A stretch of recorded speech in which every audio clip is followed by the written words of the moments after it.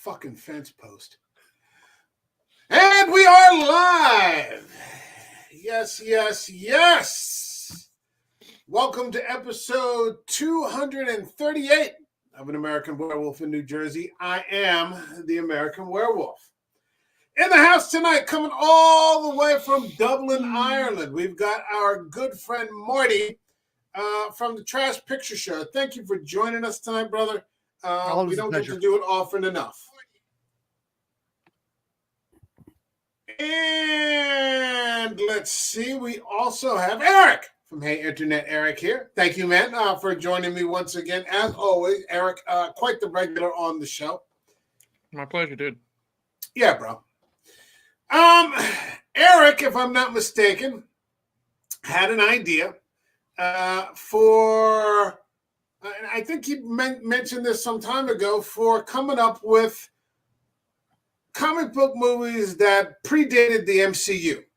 Yes, we were, because we keep talking about like the Punisher, with Tom Jane. Yes. And we've been wanting to do that for like 6 months, Yes. but we never figured out the right time. And I said, well, Yes. keep bringing that up. Why don't we just do a theme of, because we're kind of sick of the MCU and DC and all that bullshit. I said, let's do comic book movies that have nothing to do, well, they're characters from, but have nothing to do with the shared the Marvel universe. Cinematic Universe, Yeah. DCEU. It's not the Snyderverse or anything like Yes. that.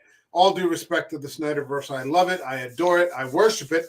But not those. And it seems like with the sudden release of Deadpool and Wolverine, and the sort of love letter that it seemed to be to those old pre-2008 heroes. And I'm just going to drop spoilers here because it's been a couple of weeks, and if you haven't seen it, it's on you. Seeing Blade again, seeing Johnny Storm again, seeing Elektra again, seeing Jennifer Garner. It just, it was a good feeling. I actually went out and I purchased Elektra on Blu-ray because of that. I've always loved that movie. I just never got around to watching it. I love those Fantastic Four movies. They both just arrived. Nice. So they're here, and I've got them. I love Michael Chiklis's The Thing. And, of course, you got Jessica Alba. You got Chris Evans, pre-Captain America, playing Johnny Storm. A lot more comedic. They're just fantastic movies. I love them. And then, you get Fishburne playing the Silver Surfer. And they weren't the intense sort of stories that we got with the MCU because we didn't realize until later they were creating a 3-phase Infinity Saga. Right. But we loved them at the time for what they were, whether it was Sam Raimi's Spider-Man or, Blade or Ang Lee's The Hulk.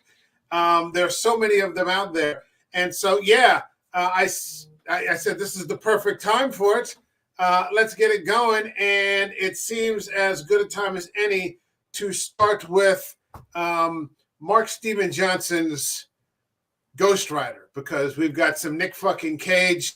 Let's fucking go. Are you ready to get it going? Yeah, buddy. Yep.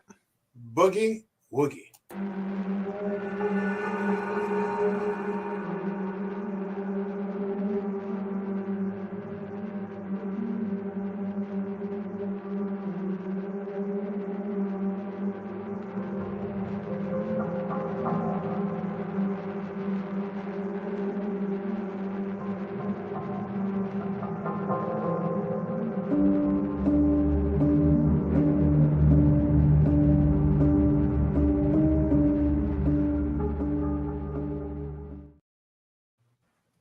So before we start, I should make mention that in a sure sign that we're at the end of days, I was named Horror YouTuber of the Month. It could not have been a bigger surprise. I don't think anybody in the entire 8 billion of us was more surprised than I was, but I was named Horror YouTuber of the Month. So thank you for that. It's been a crazy couple of days just with my work schedule. Tomorrow, I'm going to, have some time to post something, thanking everyone and nominating 4 more YouTubers who probably deserve this equally, if not more so, than myself. 238 episodes talking about movies that I love. It's still fun to do. I have every intention of being here for at least 238 more episodes. I've appreciated the opportunity. I'm talking to a guy from Dublin that I never would have met before if I had not started this channel. I'm talking to a guy from Middle America that I never would have met if I had not started this channel. The opportunity to connect with friends that I otherwise would I would have kept in contact with Bill, but not to this extent. To see John would not have happened. Rod, it would not have happened. So it's been nothing but a positive experience, and I do appreciate the fact that someone thought to nominate me, and then a few people even thought to vote me in. So many thanks to everybody out there. I'm going to go see a horror movie tomorrow night called Cuckoo, and I'm looking forward to it. I've caught a lot of good horror this year, and let's just keep fucking going, all of us. All right, so I just wanted to say that. Yeah, congrats. All right, thank you very much. I appreciate it. Congratulations, you deserve it. Thank you. I appreciate that. I surely do. Marvel has an untapped vein of content that we were just getting into, and that's before we went on, and that's their horror. Where they have, they have Dracula, like entire omnibuses of Dracula, and I've got to catch up on my Werewolf by Night. I got to boost that up. Marty was mentioning Man-Thing, Blade, which we're going to get into some Blade with this theme spilling out. Maybe the second or the third movie, because the third movie is just so much fucking fun with Ryan Reynolds in Triple H and Jessica Biel in those belly shirts, and you're just like, holy shit, what the fuck is that? And you realize that Ryan Reynolds has been Deadpool in every movie, pretty much. Or Deadpool is is him. But we also have the Ghost Rider, and this was not necessarily one of the comic books I read growing up. It wasn't one of my regulars. I was a Fantastic Four guy. I was an X-Men guy. I was a Hulk guy. I was a Spider-Man guy. That kind of stuff. I didn't branch off into the horror, although the X-Men were definitely hardcore. But I'm a big Nick Cage fan. And my best buddy, my oldest friend from kindergarten, who lives across the street from me right now, was a huge Ghost Rider fan. So I would, sort of read, we would swap, and I would read his stuff and he would read mine, so on and so forth. So I was excited when this came out. That's enough talking for me. Marty, let's get a quick quick blurb about what you thought just in general about this movie, because there's two of them and we're going to get to the next one. And I can't wait for that. I love that fucking movie. But what did you think of Ghost Rider? Okay, before I go on, hello to my gorgeous girlfriend in the chat. She'll fucking castrate me if I don't acknowledge her. So, hey, babe, love you. Ghost Rider, the Ghost Rider movie, a lot of potential. As you were saying, there's been lots and lots of fucking horror stories in the Marvel comics dating back from the 70s. And Ghost Rider was one of those comics that always maintained a hard edge, and I feel that's where this movie missed out. No fault to Nicolas Cage. I don't know if Mark Steven Johnson was the best choice for this. I think he had a bit of clout because 3-4 years prior he had done the Daredevil movie, so he like it, love it or hate it, that movie made a bit of bank, and that's the thing that makes people kind of pay attention to you. Cage was a good choice. Maybe a bit old. If you've read the comics, Johnny Blaze is more of a younger hothead. 20s. Yeah. So again, no fault on Cage. I just think maybe a younger actor would have suited, and they really kind of cherry picked certain elements from the classic 1970s comic with things like Mephisto and stuff to Garth Ennis's stuff from the 2000s. They kind of changed around. Carter Slade was originally the Phantom Rider, not Ghost Rider, Phantom Rider. Essentially, in the 70s, he looked like a fucking Scooby Doo ghost cowboy. Fucking thing. But they kind of changed him into another character that Garth Ennis had done, who was essentially fucking William Money, but with the fucking Ghost Rider powers. And they mutated him into that. And I think a lot of movies done that at this time period in the 2000s. They cherry picked stuff from the heyday of Marvel Comics and the newer stuff, and it doesn't work because a lot of that stuff is like oil and water. The type of storytelling from the 70s does not fucking cohesively work with stuff from the 2000s, and I think that might have been the Achilles heel of this film. That's just my thoughts. Okay. Eric, what did you think? My history with the character is pretty much zero before I saw this movie. I knew of him. I used to collect, Marvel cards, kind of like, baseball cards. They had Marvel cards. So I knew what he looked like. I always thought he looked fucking cool. I knew of Johnny Blaze. I knew he was a flaming skeleton on a motorcycle. And I knew of Blackheart, and I knew Lilith was like a vampire he fought. Other than that, I had no fucking clue. So when this came out, this was in my opinion, where Nicolas Cage went off the fucking deep end. You know what I mean? He's always been crazy, all the way back to the 80s. But now he's like he jumped into like the deep end of the pool and he's just gone. But I knew he was a comic book fan. I knew he was obsessed with comics. So I thought him finally in a comic book film, this could like work really well. I was excited to see Sam Elliott. I always love Sam Elliott. Even if even in that fucking shitty Netflix show, The Ranch, he's the reason to watch. He was like my dad, the grumpy guy who just wanted to be left alone and drink whiskey type of thing. He's always fun. Giving you the evil side eye, get away from me. And I mean, it looked cool. I thought, it again, at that time, I loved skeletons, skulls. I was going through like the huge horror phase of my life, so this was like the perfect looking comic book character. Plus, he's a hero, so that's what I liked. It was like a Halloween character, but he's a hero.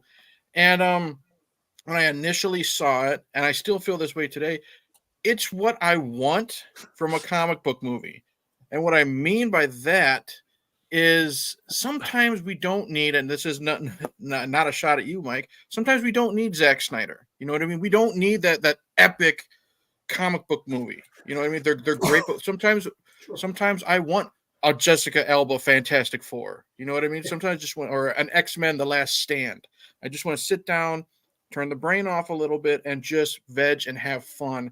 And this, in my opinion, has that feel of like a 90s comic that I grew up reading when I was reading fucking Spider-Man every month. I was going to Walmart and getting the new comic and stuff like that. So to me, it has that feel of the stuff I read growing up. Okay. All right. I like this movie. It's uneven though. I find it to be uneven. Cage's performance is he's a very solid Johnny Blaze. He's not playing it dark. He's sort of playing it comic, but not over the top. Right.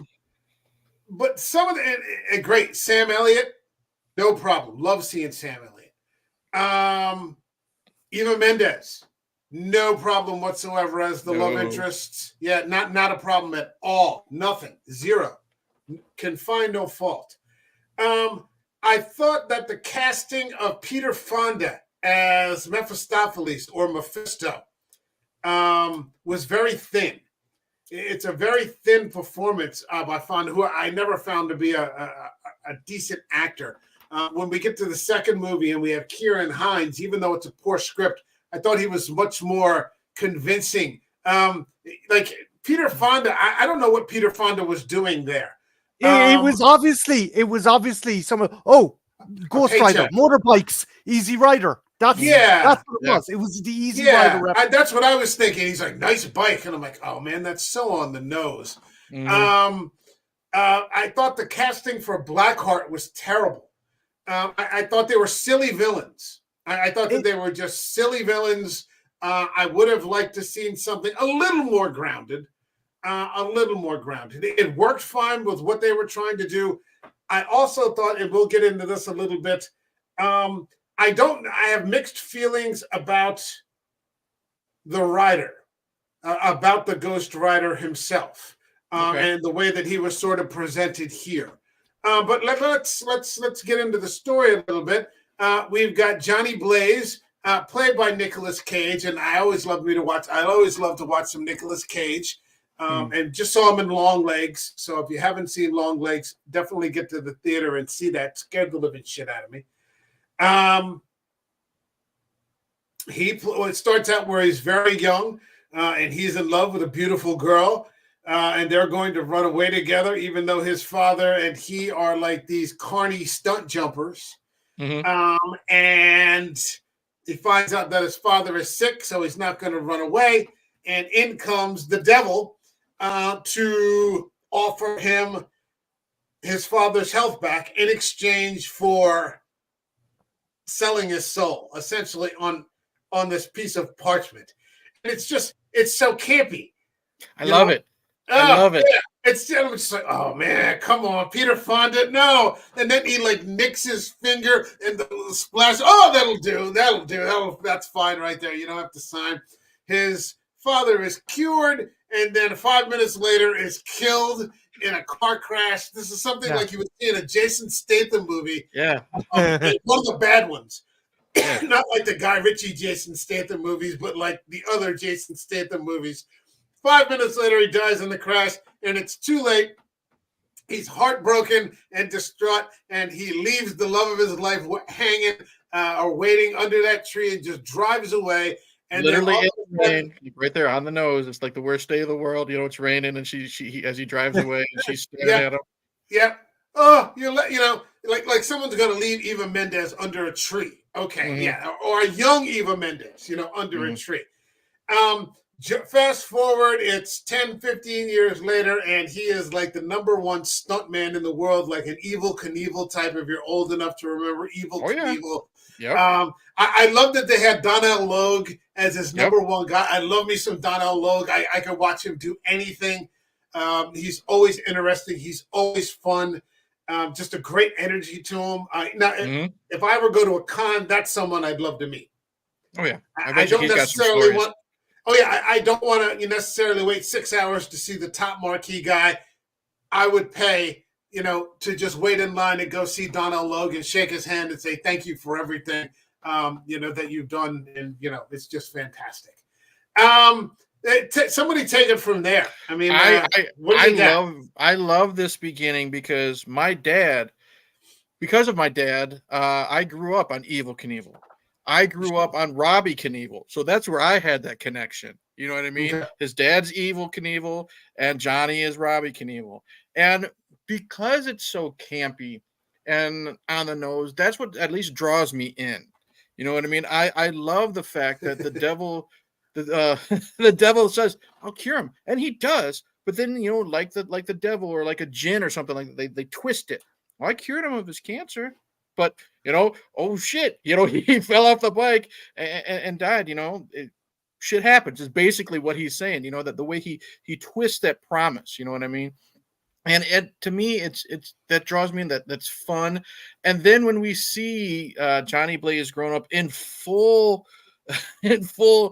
Robbie Knievel garb or whatever it is, and he's jumping over all these fucking trucks and flames, and then when he falls, it's not just he falls off the bike, he falls forward and his head cracks on the front wheel, neck on his head. And then what I love is because it's pure Nick Cage, you know what I mean? This is when he's getting close to deep end Nick Cage. Donald checks on him, and he's okay, and he just wants his glasses. He wants his sunglasses. He plays the crowd as they basically drag him away, type of thing. So to me, that's setting the goofy tone of what we're going to get, the fun tone, or if you will. I think. And I'm saying, how uneven it is, and I'm checking all these things that are wrong with it, but I got a big shit-eating grin on my face because, hey, guess what? Despite the fact that I'm talking about this, I own both of these on Blu-ray. I'm proud to own both of these on Blu-ray. They're fun to watch. And yeah, I mean, we're covering on the show. I don't talk about movies on this show that I don't want to talk about just for the purposes of shitting on them. I think I did that in the first 15 episodes. Marty, what do you got so far? What are you thinking? I hate to be the fucking fly in the ointment, lads. I look again. While Marty, don't put primarily your dick in the mashed potatoes, all right, man? Come on, man. It's Thanksgiving, brother. Yeah, at least not when we're live. Yeah, exactly. Yeah. leave it for Jen. I'll let Jen Yeah, make some lunch exactly. Yeah. with Go down that. to wherever, yeah. You see in Texas or something? Yeah, go down, yeah, down there. But no, see, I think I know a bit about the 70s Ghost Rider, and I know a nice bit, but I got into Ghost Rider via Punisher, via Garth Ennis's Punisher. Sure. So I read a lot of the Garth Ennis kind of run of Ghost Rider, and I'm like, alarm bells went off. I'm like, this is a bit too goofy for my liking. And like at the end of the day, I was thinking, okay, this guy made a Faustian fucking pact. His father's dead, he's cursed, and he's like, hey, look at me. I'm like, motherfucker, you would to be depressed as fuck. That's just me. If you sold your soul to the devil, yeah. I mean, he's Nick Cage, so I mean, if anybody could roll with it, it would be Nick Cage. Don't get me wrong. It is fun, and it is kind of cute where he wants to get her number, he wants to get her info, so he's fucking riding along next to the fucking news van or whatever. I love that. He's watching chimpanzee movies, and he's eating jelly beans out of a martini glass and shit like that. You know, that's pure Nick Cage. That's not it. Yeah, that's not the character Johnny plays. That's just Nick Cage off set and they record. I think and that was one of my questions: is Nick Cage always playing Nick Cage? See, I was confused because when I was like doing some of the IMDb trivia, Nick Cage actually is a huge Ghost Rider fan. He's got a Ghost Rider tattoo somewhere on his body that they had to cover up with makeup. So he knows the character. He knows what he's getting into. So why he's being a goofball, and I don't care. I love the scene when he's trying to get her number because it looks like he's having fun. You know what I mean? But again, Marty, I didn't read the source material. You know what I mean? So, but I was just having a lot of fun when he's being such a dork. And he's not so brooding, and he's getting the cold shoulder. Deadpan. He's very deadpan. Yeah. He's like that. He's the little kid at summer camp that's got a crush on the girl, and she's basically telling him to fuck off, and he doesn't know when to quit. And I think it's fun playfulness between Nick and Eva Mendes. Yeah, it's also got a decent soundtrack. You got Crazy Train, you got ZZ Top, you got George Thorogood. Yeah. You got some sort of like metal western theme. Ghost Riders is fucking awesome, by the way. Ghost Riders in the Sky, yeah. That's a fucking cool version of it. I wish that they had the Rollins band Ghost Rider in there. That it's on the Crow soundtrack. And there's a great old punk song called Ghost Rider Motorcycle Hero. You know, and I wish they had put that on there. But you're right. I mean, this is what comic book movies are, at least what Marvel was, because I think maybe a year before that they had dropped Batman Begins. So we just start to get an idea of what comic book movies can be. Mm-hmm. You know, because that revolutionized like the first 5 minutes where he's in Batman Begins, where he's talking to Liam Neeson in the prison. Mm-hmm. And I'm just like, holy shit, like I didn't know you could do this. You know, because I had been used to seeing Sam Raimi's Spider-Man, and I love Sam Raimi's Spider-Man, all three of them. I got all three of them. I love, Fantastic Four, and I got all the X-Men movies, 1 through 3. I got, Days of Future Past, First Class. I don't have Dark Phoenix, but we saw that they basically all had a sort of silliness, a playfulness to them. Mm-hmm. They had a playfulness to them because they were comic book movies. It wasn't until I saw what was possible with Nolan that I was like, oh, this is different. But I mean, this keeps in, and we love them for what they were. Let's not say that, we hated those movies, but we didn't start liking movies until Batman Begins. We loved them. I remember seeing Burton's original Batman back in 87 or 89 and thinking it was like the greatest thing ever. It was like, for me, that was so dark back then. I was like, holy shit, this is so dark. And now I'm just like, oh, fuck, but, that was par for the course. So it wasn't, it wasn't like, what the hell is this? This was what you were getting back then. This is what Daredevil was. This is what Elektra was back then. That's how the first couple X-Men movies were too. You know, Yeah. they had that serious tone, but there was some playfulness to them. Yeah, there was a lot of playfulness to it. Mhm. There was a lot of playfulness. So, I mean, you know, he reunites with the girl. He's going to get with Eva Mendes. No, I don't think so. You know, he gets his card called, and suddenly, for the first time, which is kind of interesting in that, like, up until that point, that entire 15-year span, he had never become the Rider. Mm-hmm. And he becomes the Rider because the son of Mephistopheles, Blackheart, which is it's just a terrible performance. It's terribly written. I'm going to. Oh, sorry, Eric. You go first. Well, I was going to say Wes Bentley. He's not, in my opinion, everything I've seen him in isn't very good. So it's not just the character, the way it's written. Yeah. I also think it's the actor chosen for it. But yeah, I'm 100% with Eric. Bentley isn't a bad actor, but he's all the prior characters like fucking Kevin Spacey movie. Christ. American Beauty. American Beauty. He plays subdued characters. He was the that's right. Yeah, I forgot he was in that. Yeah. Thora Birch. He was Thora Birch. He was the boyfriend. And he was in American Horror Story Hotel. He was like the lead of that. And I'm just was like, he really? Yeah, and every time he was on screen, me and my wife were like, "Hurry up and get back to like Lady Gaga and stuff like that." So okay. He's a very he plays very subdued characters. Wrong character to pick for Blackheart. If essentially this fucking performance is like fucking rice milk. This is the wrong actor to play this fucking character. If you've read any of the comics with Blackheart is essentially the supernatural Marvel version of Carnage or Adversary. Adversary from X-Men 97 would be, you know, he is a malvoyant fucking agent of chaos. Okay. Yeah. And then we got Captain fucking Prozac here, and I'm like, no, you're run fucking what the fuck? So does Blackheart the character in the comics, does he have like charisma and stuff like that? Oh, like, fuck buckets. He's vicious as fuck and he's clever as fuck.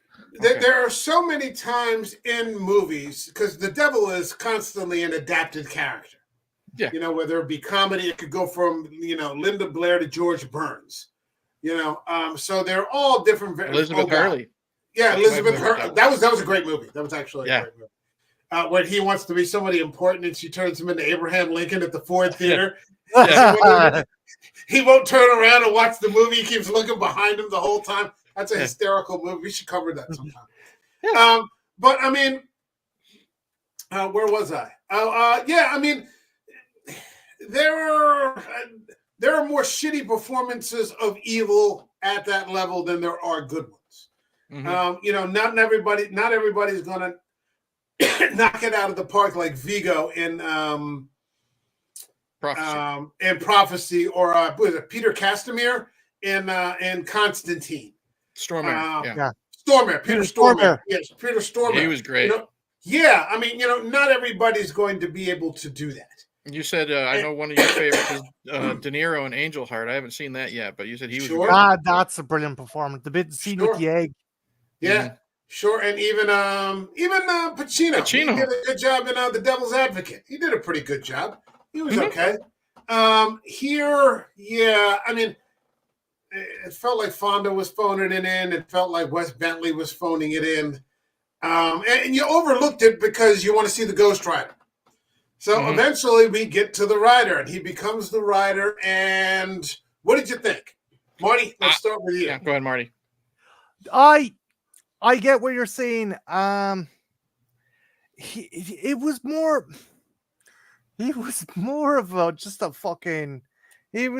of a mischief maker than some malvoyant fucking kind of creature coming up out of the fucking water, and he's giving the middle finger to the helicopter and laughing. I'm like, no, that's not Ghost Rider. Just fucking yank that thing out of the sky and kill everyone on board. Maybe it's because I was reading the Garth Ennis run and the more hard edge runs that I was like, what are they doing with this fucking character? The CG wasn't terrible for the No. time. No, it wasn't. It wasn't bad for the time, but Right. I just felt, dude, the character just felt hollow for me. I don't fucking know why. It felt hollow, and it just felt a bit too fucking kind of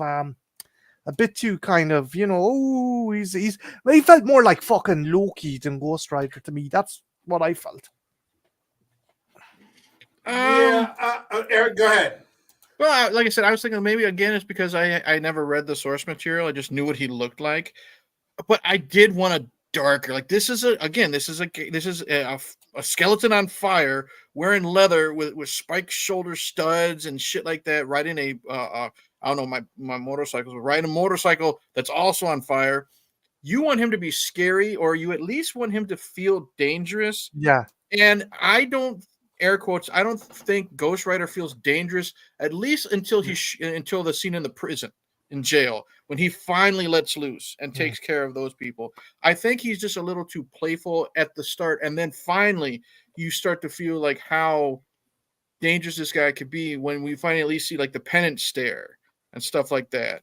And I think the CGI, it's hit and miss like that. That for me, the hands look kind of wonky, but then again, it's it's just a skeleton hands. But I love the look of the flaming skull. I think that looks really, really cool.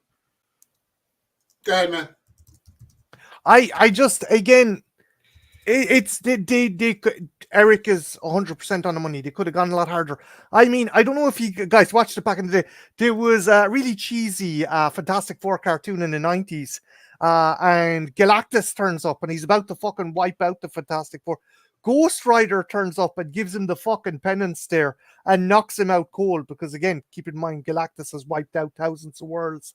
And I'm like, that's the fucking that's the Ghost Rider. The Ghost Rider in a fucking 90s children's cartoon was the Ghost Rider I wanted to see instead of this fucking dude. And I'm like, what are we doing here? What is the tone you're going for?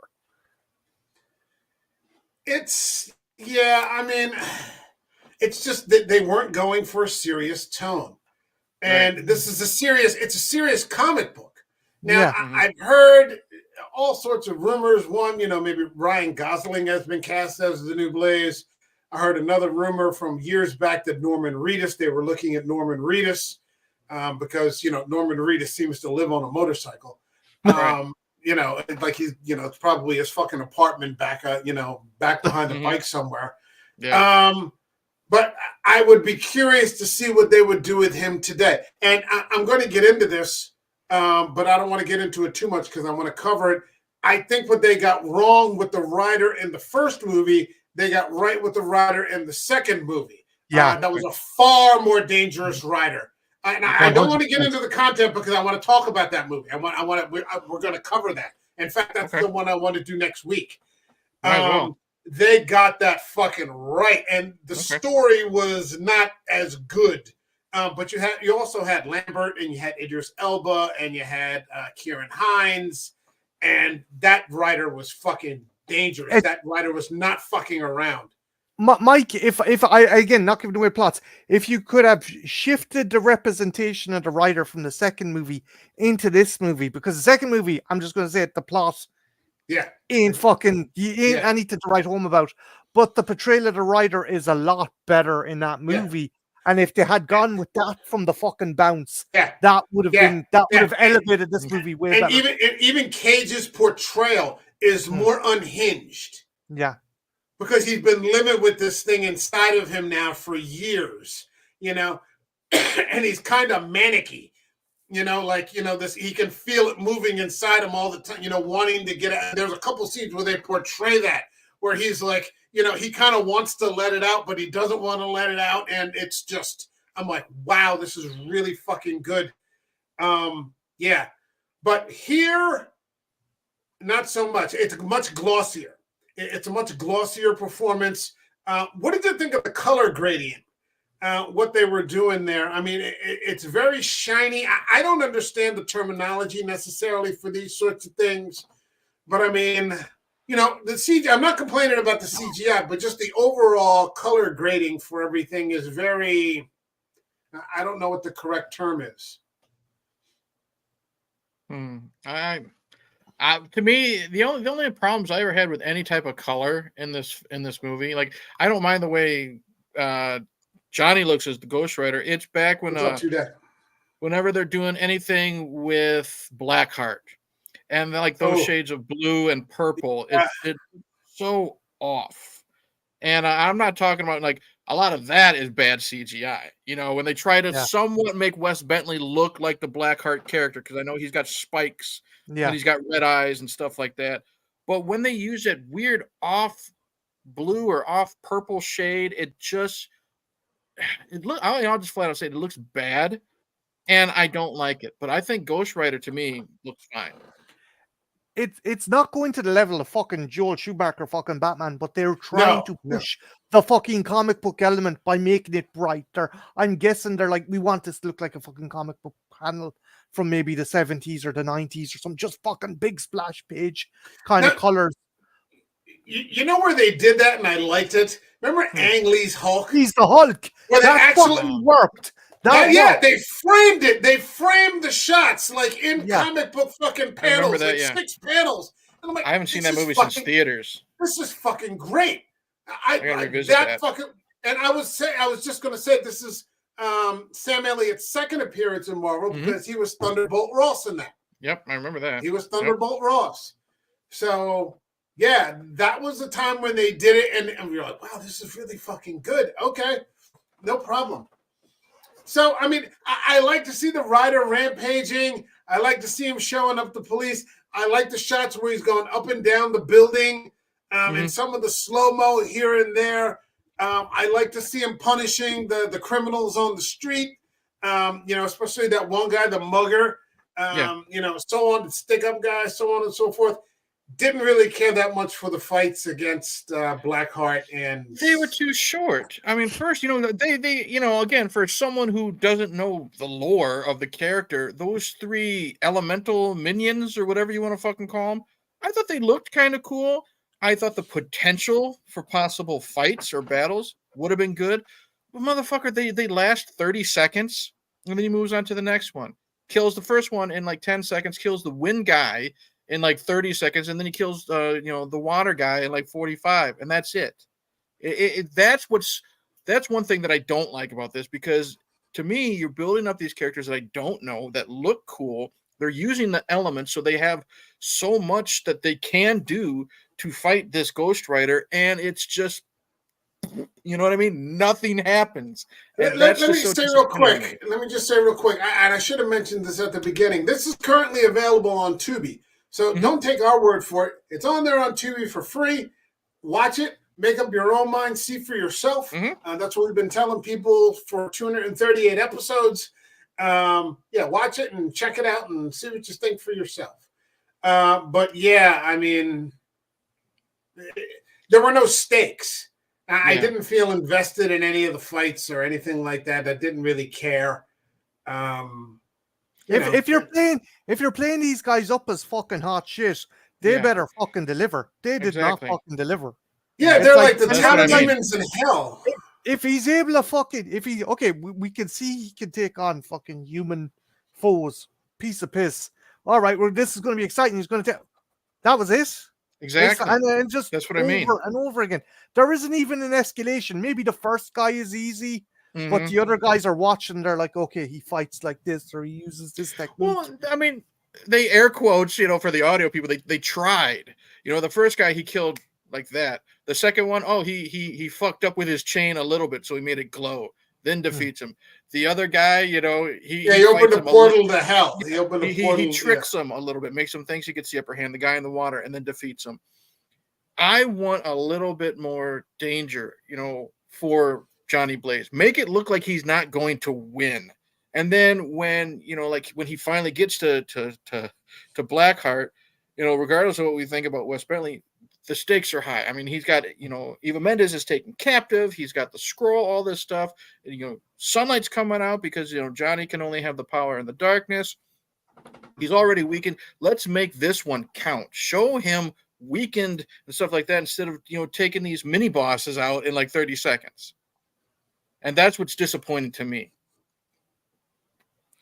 I think it's something as well that a lot of movies suffered for at this time period as well. Those kind of Marvel movies, there's kind of, they set up kind of crony enemies and there's no real fucking threat. There's no real escalation, and this is another prime example of that. We were so far away from, well, not far away, but Marvel was far away at that point from a movie where the hero could lose. Like, it never occurred to you in a Marvel movie that the hero would lose. We saw a little bit of that with Nolan and Batman Begins. He's certainly breaking even on a lot of different levels. He's sacrificing. We saw it a little bit in the second Spider-Man movie, but that was just generally the way Marvel made movies back then. The hero was going to win, and you were going to enjoy the action sequences. But for the most part, you really never had any concerns that the good guy was, not going to come out on top. I mean, certainly not in a movie like Daredevil. It was just Elektra, kind of the same. Although I did like Terrence Stamp as Stick. I thought that, he always gives a good job. And Stick is always just an interesting character because he's like that abusive mentor. He just kind of he loves his students, but his love is abusive. That kind of thing. So Mike, I gotta recommend as well, if you can pick up the director's cut of Daredevil. Much better movie, and it actually has Matt Murdock as a lawyer, but they give Colin Farrell so much more to fucking do as well. Okay. The director's cut's really good. All right, I'll take a look. I'm sure I can find a copy. Oh yeah, shouldn't be a problem. I just got Elektra the other day. It's around here somewhere. Is this it? Nope, that's Endgame. I don't know. It's around here somewhere. In the original version, Colin Farrell's like, I'd like more bleeding peanuts, and in the director's cut, I want more fucking peanuts. I'm just like, yeah. He's allowed to be Colin more. Yeah, Colin Farrell is always fucking great. So he's always fun. He's always fun. I did enjoy. There were a couple of scenes that I did enjoy, but they were cage scenes. I enjoyed his conversation with Eva Mendes, where he confesses that he sold his soul to the devil because it's just so deadpan. Well, the thing is, what I love it is he's telling this. If you knew, comic books weren't real and all this and that. Like, if you were Eva Mendes, it's the stupidest fucking thing you've ever heard someone that you've known for 20 years ever say. But the way Nick says it, he's like, no, this is the truth. You got to believe me. I sold my soul to the devil. At nighttime, I get set on fire. I fight bad guys and all this bullshit. But the way he's saying it, he's like, evil. Yeah, the way he's saying it, he's like, well, this is my reality. And then he seems like kind of surprised that she's not buying it. You know what I mean? Yeah. And that's what I love. And that's what I love about, like, Eva Mendes. She brings a little bit of fun, deadpan comedy too. Like when I don't like the actress who played like the goth girl that was rescued by the mother. Yeah. That scene with her when she's looking at the camera and the way she's acting, describing Ghost Rider, I think that's fucking stupid. But the way Eva is responding to her, she's like, this chick just got stoned one night and she imagined she saw this flaming ghost guy.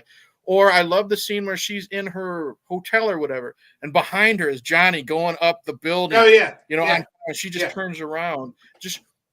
I like her performance. She's a lot of fun, and she has good chemistry with Cage being crazy Cage, and she's us. She's like, she's balanced. What the fuck are you on? You know what I mean? And that's what I love about her, because she knows, like you said, she's playing the audience. What the fuck are you on? What are you doing? How bad did you hit your head on that motorcycle tire type of thing?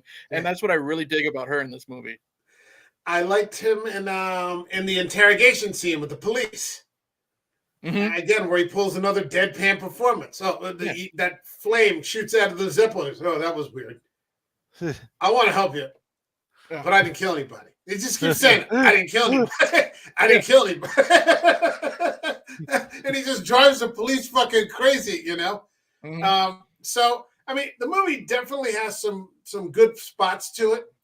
Sam Elliott was great. Sam Elliott. Oh, yeah. Sam Elliott. Cool. Yeah. Mm-hmm. Now, does it match what we were reading back in the day? Not necessarily, but Sam Elliott's performance is always good. He's always good. And Sam Elliott, it reminds me of Kurt Russell in a way, and certain characters who always seem to play the same character. but you don't give a fuck. Right. You don't care. It's Sam Elliott. Okay, no problem. We're watching it. Shut up. Sam Elliott's talking. You can speak. Well, after. I was discussing with my wife because 99% of the women I know, they're in love with Sam Elliott. All they got to do is hear him talk. You know what I mean? He swoons them type of thing. I always said, if I die, I want Sam Elliott to read my eulogy because I'll sound like the coolest motherfucker in the world. You know what I mean? And he's just so good, and he's not in this movie that much, but I think he serves a purpose. I like how he's just telling Johnny, okay, the little bit of the backstory. And I think his voice helps. It's like Morgan Freeman. They have that distinct voice, which helps the story flow. And some people hate it. I love that scene when they're riding together. He's on the horse. Yeah. He flames up. That's a great The horse scene. is on fire. And you have that instrumental part of Ghost Riders in the Sky. People say it's, right on the nose. I don't give a fuck. I think that's just a cool, fun scene, them riding together. And then when he turns around, he basically, he reveals that he was the initial Ghost Rider that broke the vow, and this is a way for him to give back. And he said, this is my final ride. He just looks so fucking cool on that horse riding away, and we never see him again. I love that scene where Nick Cage is like, do you think you can keep up? And the horse just ignites. Yeah. That's cool. That's one of those scenes where, like, son, I've been doing this for a millennium before you were born type of thing. I loved it. It's weird. Again, my issue with the tonal shift, but I think in some cases it does work, turning the Phantom Rider into the Garth Ennis kind of fucking cowboy Ghost Rider. It looks cool. Aesthetically, it looks cool. As you guys were saying, fucking Elliot's voice is just one of those voices, like Robert Shaw in Jaws. You just need to tell the story. You don't need any images. You don't need any kind of encouragement. The voice alone tells you what you need to know, and you're never fucking bored. Cool character, cool actor, and literally by giving him his kind of antique lever action shotgun, he's passing the torch to the Ghost Rider, and I thought that was cool as well. Yeah. And I love what the Ghost Rider did with the rifle. Yeah. Once he flamed it up and turned it into some sort of hell gun. Yeah, that was fucking great. That was great. All right. I don't know. I mean, is there any part of this film that we have not discussed that you would like to get into? Me? Not really. I think we pretty much hit, we'll get into it when we get to my rating, but I think we pretty much hit everything I liked and didn't like with it. Yeah. Which isn't to say that I don't see any of us disliking this movie. It was what it was. And I think maybe if we start to get into more of these movies, we'll discover that's more of a common theme, maybe. That these were just the movies of the time. And, you got what you got. And we loved it at the time. And we still like them today. I'll use this. Here's another example because, I said sometimes we want the X-Men, The Last Stand. It's like you're a horror nut. Sometimes you want horror of Dracula. Yeah. Sometimes you want to sit down and watch a movie with like Van Helsing with Hugh Jackman. Yeah. You know what I mean? Yeah. Which is a product of its time. It's fun. It has a lot of its faults, but you know what? I can sit down and I enjoy that movie every time I watch it. Yeah, I love that movie. I got it on Blu-ray. I don't hate this, Mike. This movie, Mike. No. I do feel though it was a case of a trend that was like, okay, whatever comic book properties you got, let's make them. Let's make another X-Men. Let's make another Spider-Man. And they were grabbing shit like the Punisher, like Daredevil, like this. That for the time the comics were depicted in a darker tone, and I think there was a dichotomy there that they weren't ready for it. Fans. Yeah, it wasn't the right way to go with it. They're fun movies. They're just not the best representations of the source material. If we start talking about Frank Castle, look how long it took for them to get the John Barron film. Yeah. Look how long it took them to figure out, okay, we're going to have to actually do this the way it's supposed to be done. Yeah. So, I mean, we were just... the problem with certain characters like Ghost Rider, maybe like Blade or these sort of fringe characters, I'm not sure they know what to do with them. How do you put them in long-running storylines? Mm-hmm. You know, they don't seem to have anything set up for that. Captain America, sure. I mean, there's, you know, Captain America has been dead for 5 years, Steve Rogers. We're getting a new Captain America movie, and it looks pretty interesting. Mm-hmm. Spider-Man, you know what to do with Spider-Man. Right. You know, we even saw the Hulk for 5 seconds in Deadpool and Wolverine. You know what to do with these characters. I think really the people that are running Marvel, and maybe even from the get-go, haven't known what to do with people, with characters like the Ghost Rider. They didn't. I hated what they did with Werewolf by Night. I didn't. They got Blade right. Mm-hmm. Blade is the only one that I can say they pretty consistently got correct. We saw Man-Thing in the Werewolf by Night Halloween special. But yeah, they don't seem to know how to tap into their horror and make an ongoing storyline. I think they tried doing the Defenders thing, which is the wrong fucking name to go with because those characters were never in the Defenders team. Yeah. They should do a Marvel Knights team. Marvel Knights, the team always consisted: Punisher, Daredevil, Moon Knight, Blade sometimes. Street level fighters. Yeah, street. And like, I again, love it or hate it, Echo did set up that Wilson Fisk is going to try and be the mayor of New York. So I think that's the street level fucking Avengers team, quote Avengers team need to go up against. Marvel Knights. Yeah. By the time, don't fucking call them the Defenders as well. That's by the time they got the Punisher Warzone with Ray Stevenson, rest in peace, Ray Stevenson. They started to label them Marvel Knights. Yeah. That's labeled a Marvel Knights movie. Did they label the second Ghost Rider one that as well, Mike? I'm gonna watch it real soon because that's the one we're doing for next week. So that'll be an interesting look. That'll be an interesting look. They may have. All right. Was there anything, Marty, that you did not get to address when it comes to this film? No, again, this is a movie you can have fun with, but if you're a hardcore kind of more contemporary Ghost Rider fan, you're going to have issues with this. If you're a fan of the stuff from the 70s, 80s, and 90s, you'll have fun with this. But don't be expecting The Boys or Preacher or Punisher with this fucking movie. No. That's all I'll fucking tell you. No, it's not a Max. It's not a Max series. No, it's not a Marvel Max movie at all. No, it's not. We didn't get to that, like I said, until they got to Netflix with Daredevil. That was Max, and they haven't really touched on it since then. That was Marvel. That was Marvel Television, not Marvel Studios. Marvel Television. Mike, I will point out one thing, and again, I wasn't a fan of the show. The Agents of S.H.I.E.L.D. show had issues. I love that show. But I think Robbie Reyes, that was a good fucking version. Yeah, I think that was a good version of Ghost Rider. Yeah, it was. Yeah, I loved Agents of S.H.I.E.L.D. for what it was. I understood it for what it was. I liked the first television show. I liked the first season, and I liked a bit of the second. But then when they brought in the Inhumans, it started getting a bit fucking too messy for me. Yeah, that wasn't great. That wasn't great at all. I was just looking for where the fuck is my Daredevil? Eric's just there. What a bunch of fucking nerds. Oh, dude, I have no. You know the shit I watch, the shit I read, dude. Like I have no judge anybody. I never got into Agents of S.H.I.E.L.D. You know, I wasn't against it, but it was just like I was busy probably fucking watching wrestling or something. Their version of Ghost Rider though is pretty fucking epic. I was very lucky to get these 2 seasons on Blu-ray.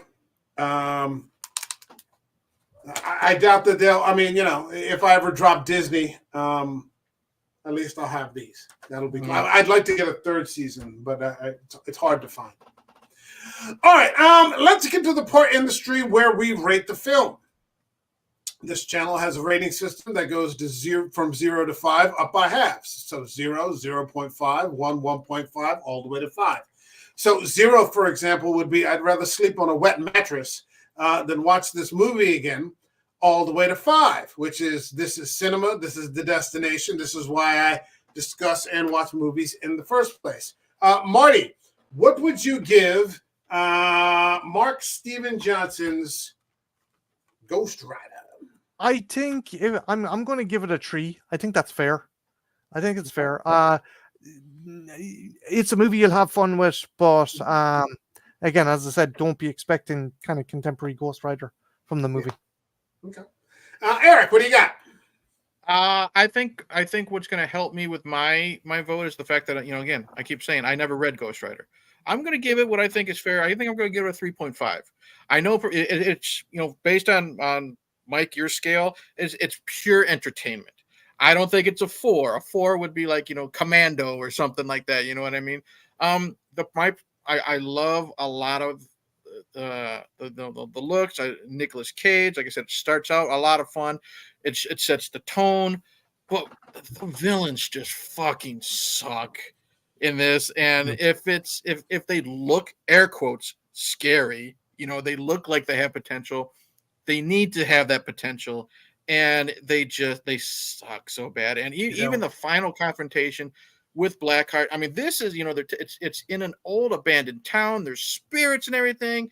Ghost Rider is chucking fireballs at him, and I could give two shits. Yeah.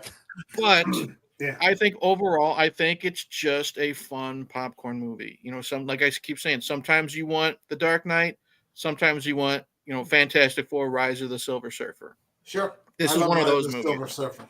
All right. This is one of those movies. 3.5. All right. I'm going to go with a 3. I think it is lower tier, almost mid-tier entertainment, because I break it into 3 categories. I have content, like if it's pyramid shaped, I have content at the bottom, I have entertainment in the middle, and then cinema up at the top. So we're somewhere towards lower tier to mid entertainment here. You've got strong performances by Cage, Sam Elliott, always good. Mm-hmm. Very bad performance by the Devil. Peter Fonda, could care less about Wes Bentley and the villains. Eva Mendes is there, though. And I'm 50-50 on the Rider. I'm 50-50 on the Rider. But I do understand that this is where we were 17 years ago. And that's fair to mention. This was 17 years ago. Yeah. So comic books had not been, this was before Iron Man, you know, before The Dark Knight. Any of these sorts of things. So we were just in a different place with things.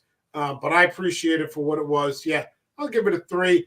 And like I said, I own them both on Blu-ray. And I'm going to be getting into Spirit of Vengeance next week. And I can't wait to do it. So if that's any indicator. All right, Marty, plug something. What's going on with the channel? A video dropped of my wants and expectations from Alien Romulus. What I'm hoping to see, what I'm not hoping to see. There's a lot of things I'm a bit worried about because I have a source that was telling me stuff that's might. I see. I'm not going to watch your video. I hate to say it. I'm not going to watch your video because no. I don't drop any spoilers. He doesn't. I've seen it. It's a good video. Okay. No. I don't drop any spoilers. But it just I just worried about stuff I've heard. But I'm going in cautiously optimistic because what I'm seeing is fucking holding muster with me. Okay. Eric, what do you got for us? Hey, Internet, Eric here is my YouTube channel. Nothing really down the pipeline at the moment, but I'm gonna be this Sunday. I'm gonna be with Marty and Monty. We're gonna do a huge spoiler-filled Wolverine and Deadpool stream Sunday afternoon. That's gonna be fun because there's a lot to say, and it's hard to make a Deadpool video without talking about.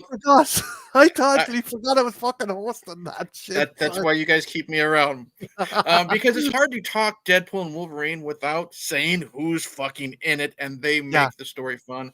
But I'm also going to shout out. He was in the chat. Dennis from DoobTube TV. It's just like BoobTube, but it's with a D. He used to be the Functioning Drunk, Mike. He's been in the chat a few times, and you had him on. He and I just did a recording last night. He uploaded it this morning. He's like 4 subs away from 50. I'm trying to get him to 50 so he can fucking live stream and grow his audience. A lot of fun content, and what I like about Dennis is it's all over the place. He talks movies, he talks music, he talks food, he talks beer, he talks anything and everything. And what I personally like doing, or what I personally like about his channel when I stream with him, is he never has anything written down. Me and him can talk for as short as an hour, We've gone at almost 2.5 hours before, and it's all free flow because he is just, in my opinion, that entertaining. So if you can go give him a sub on YouTube, I'm trying to get him to 50 so he can live stream and grow his channel. So Tube TV. All right.